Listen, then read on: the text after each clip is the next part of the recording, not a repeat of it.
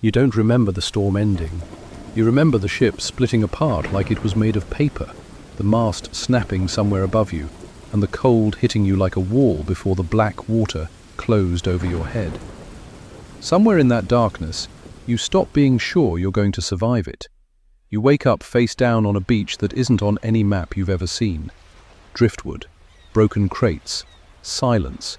Not peaceful silence, but the kind that feels like something is watching you decide what to do next. You're the only one who made it. You know that before you even try to stand. A shape moves at the edge of the trees, not running toward you, not running away, just watching. When she finally steps into the light, it's a woman in a captain's coat too big for the weather, a blade at her hip that's seen more use than her boots. She doesn't ask if you're okay. She asks, "Can you still stand?" You get up, even though every part of you is screaming not to. She studies you for a long second, like she's deciding something important. Then she throws a length of rope at your feet, coiled and salt-stained. "Then your crew, Nell. Move." You don't remember agreeing to anything, but you pick up the rope anyway, and behind her, for the first time, you see the ship. Rank 0, Castaway. This is the lowest you will ever be, and you know it even as it's happening. You can barely keep your footing on solid ground, let alone a deck that never stops moving. Nobody introduces themselves. Nobody explains anything. You fail more than you succeed. You drop things. You slow people down. More than once you catch someone deciding out loud whether keeping you was worth the trouble. The first night, lying in a hammock that isn't yours, you notice something strange. Your hands have stopped shaking when you think about the storm. Something in you has already started to close over, harden, take a different shape. The captain doesn't speak to you again for 3 days. When she finally does, it isn't encouragement, it's a warning. Everyone on this ship earns their place twice. Once by surviving, once by becoming someone worth keeping. You spend the following days memorizing the ship like a second body. Which lines hold weight, which boards creak, where to stand so the boom doesn't take your head off. Nobody teaches you, you just watch, and you don't stop watching. Standing at the rail one evening, you realize you don't know which one, surviving or becoming worth keeping, you've actually done yet. But something out past the horizon already feels like it's waiting to test you again. Rank 1, Deckhand. Weeks pass. Your hands stop bleeding every time you touch the rigging. Calluses come in thick, and with them, a kind of certainty you didn't have before. You know where to stand now, when to duck, when to brace. The crew still doesn't trust you, not really, but they've stopped waiting for you to quit. It's a small thing. It matters more than it should. A rival crew boards under cover of dark, hunting for supplies, or blood if blood is easier to take. You're not supposed to be in this fight. You're rank 1. You're nobody. A weapon swings toward the captain's back, while her hands are full elsewhere. Your body moves before your mind agrees to it, grabbing the boarding axe off the wall without a single conscious decision. You don't remember the strike landing. You remember the weight of the axe in your hands and the man in front of you suddenly not standing anymore. Nobody mentions it the next morning, but someone leaves a proper knife on your bunk instead of the dull one you'd been using. No note, no explanation needed. You understand it anyway. You're not the weight they're carrying anymore. You're starting to carry your own. Rank 2, Raider. They start sending you on jobs of your own, a supply post on some nameless coast, a rival dinghy that strayed too far into open water. Small work, but it's real now, with your name attached to it. You take your first serious wound here, a blade across the ribs, deep enough to end most fights permanently. It doesn't end yours. You're back on your feet before you understand how. The man who cut you takes one look at your face and decides running is smarter than finishing the job. That's the lesson that rewires everything. Fear moves faster than truth, and nobody stops to check if it's justified. You start using that, not lying exactly, just letting silence do the talking. A slow step forward instead of a shout. It works more often than it should. By the time you make it back to the ship, the crew doesn't ask if the job got done. They already know. Somewhere down the coast, A stranger is already telling a story about the one with quiet eyes who didn't flinch. You don't feel like that person yet, standing on deck with someone else's blood still drying on your sleeve. You're starting to understand it doesn't matter what you feel like. Out here, it only matters what the story says about you. Rank 3. Bladebound. You find your weapon in the wreckage of a ship you helped burn. A curved blade, half buried in ash and salt-crusted debris, the edge somehow still true.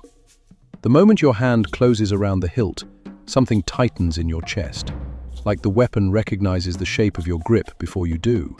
For months you copied the older crew, their footwork, their timing, the low, mean way they held a blade. Now your body starts finding its own rhythm, faster and rougher than anything you learned from watching. The first time you use the blade in a real fight, it surprises even you, moving somewhere between instinct and memory, cutting a path through 3 men before your mind fully catches up. Word starts to travel differently now. Not your name, you still don't have one that means anything out there. Just a description passed mouth to mouth. The one with the curved blade who doesn't slow down once they start. That night, the captain watches you clean the weapon in silence for a long while before speaking. Every good blade eventually decides what kind of person is allowed to hold it. You don't ask what she means. You already suspect you're not the same person who picked it up off that wreck. Rank 4. Stormcaller. The first real storm at sea almost kills the whole crew, and it's the night everything changes for you. The sky turns the color of a bruise hours before the rain even starts. By the time the wind hits, the ship is already fighting for its life, timbers groaning like something alive and dying at the same time. Half the crew is below deck, bailing water that returns no matter how fast they throw it out. Panic starts to spread faster than the flooding. You're topside when the mast begins to crack at its base. There's no time to think, only to move, and somehow you're already moving. You haul on lines that would normally take 3 people, bracing against wind that should have thrown you overboard twice by now. Lightning turns the sky white for half a second, and in that half second you see it. A wave taller than the ship, taller than anything should be. You don't remember shouting the order, but the crew hears it, and somehow, barely, impossibly, the ship turns into the wave instead of away from it, and survives. At dawn, the crew looks at you differently, not with suspicion, but something closer to belief. The captain says nothing. She just nods once, like a decision's already been made. Rank 5. Bounty marked. A courier ship trades word with another crew, and someone comes back laughing, waving a printed notice like a prize. Your face is on it, rough, exaggerated, but unmistakably you. Beneath the drawing, a number that makes even the older crew raise their eyebrows. You've become worth hunting. It should scare you. Instead, something in you settles, like a question you didn't know you were asking has finally been answered. The attention comes fast after that. Bounty hunters start appearing in ports you visit, sizing you up before saying a word. Most back down once they get a good look. The ones who don't teach you something new about yourself, that you can fight now without the small, sick pause you used to feel before drawing blood. That part of you is gone. Your crew starts treating you less like someone they're protecting and more like someone protecting them. Nobody explains tasks to you anymore. They just trust you to already know. At night, alone, you catch yourself staring at the bounty notice, at the number, at the face that's starting to look less like a stranger and more like you. You're not just crew anymore. You're a threat someone with real power decided was worth naming. And that changes how you carry yourself, even when no one's watching. Rank 6. Fleet breaker. 6 ships flying the colors of a trading conglomerate corner your crew in a strait too narrow to run from, cutting off every route before you even see them coming. This fleet isn't looking for a fight, it's looking for an execution, and everyone on deck knows the difference. Your crew is outnumbered badly enough that surrender crosses more than one mind. You can see it in their faces, the fear dressed up as practicality. You don't let the thought finish forming. You start moving before anyone can suggest turning back. What follows barely feels like something you plan. It feels like something moving through you, reading the fleet's formation, finding the half-second delays between their signal flags and their captain's reactions. Ship by ship, the fleet stops being 6 coordinated threats and starts being 6 separate crews, realizing, one at a time, how badly they miscounted. By the time the last ship breaks formation and flees, 3 of the original 6 are burning behind you, and your own crew hasn't lost a single life. Nobody on deck speaks for a long moment. Then someone starts laughing, disbelieving, half hysterical, and it spreads through the crew like the tension finally has somewhere to go. The captain finds you staring at the wreckage. "You didn't fight like someone following orders," she says. "You fought like someone who already knows what comes next." Rank 7. Crowned Captain. The old captain gathers the crew one grey morning and says, without much ceremony, that she's stepping back. Not out of weakness, because she recognizes something that's been obvious to everyone but you for weeks. This isn't her crew anymore, it's yours. You try to argue, she doesn't let you finish. A captain isn't the strongest person on the ship, it's the person everyone else already decided to follow. "Look around," she says. "They already have." You look, and she's right. The crew isn't waiting for your objection, they're waiting for you to accept it. The first weeks as captain are harder than any fight you've faced. Command means decisions with a weight you never had to carry before, and you get some of them wrong. People notice when you get it wrong. You keep going anyway, because stopping isn't an option anymore. Slowly, the crew grows. Deserters from other ships, survivors looking for something new, a handful who heard the stories and came looking for you specifically. You commission your own vessel, faster and meaner than the last, and for the first time, choose its name yourself. Standing at the helm, the morning you first take it into open water, you finally understand what the old captain meant on that beach. Surviving and becoming worth keeping were never two separate things. Rank 8. Warlord. An emissary arrives on your ship, uninvited, flanked by guards who don't bother hiding their nervousness. The offer is blunt. Swear loose allegiance to one of the sea's ruling factions, and your crimes become someone else's problem to ignore. It isn't really an offer, it's a warning dressed as one. Accept or become a priority target for people with far more resources than you've faced before. You take 3 days to decide, mostly to make them wait, mostly to remind yourself you still choose your own timing. The choice changes how the world treats you overnight. Ports that used to bar your crew now clear space for your ship without being asked. Rival captains, who would have attacked on sight a month ago, now send careful, formal messages instead, testing whether you're an enemy or an inconvenience to avoid. The cost is quieter, heavier.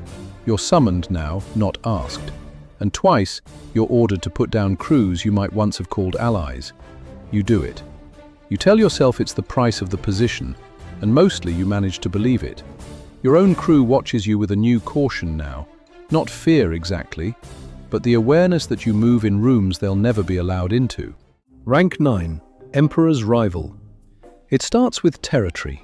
Trade routes one of the sea's ruling powers has controlled for decades. Routes your crew starts operating in without asking anymore. The response is immediate and personal. An emperor sends a direct message, delivered by someone powerful enough that killing the messenger would mean outright war. The message is simple: back off or be removed. You don't back off. What follows isn't a single battle so much as a slow, brutal war of attrition. Skirmishes across a dozen islands, allies deciding too late which side actually has a future. Your own losses are the heaviest they've ever been. People who've sailed with you for years don't come back from this stretch. But something unexpected happens in the middle of it. The other great powers start watching instead of intervening, because for the first time in a generation, someone forced an emperor to actually fight. The confrontation, when it finally comes, isn't clean or decisive. It's ugly, costly, nearly fatal for both of you. When it ends, the emperor retreats, not defeated, but no longer certain of winning a second round. That uncertainty is worth more than any clean win. The sea starts saying your name in the same breath as the powers that used to stand alone. For the first time, ports go quiet when your ship is sighted, not out of fear of a raid, but out of the sudden understanding that history is being rewritten in front of them. Rank 10, King of the Sea. There's no single fight that makes this rank official, no crown waiting on some island for you to claim. It happens the way the tide changes, gradually, then all at once. The remaining great powers stop treating you as a rival to manage and start treating you as an equal. Then something uncomfortably close to a threat none of them can match alone. Smaller crews stop swearing loyalty to the old powers altogether and start sailing toward you instead, drawn by a reputation that's outgrown the person who built it.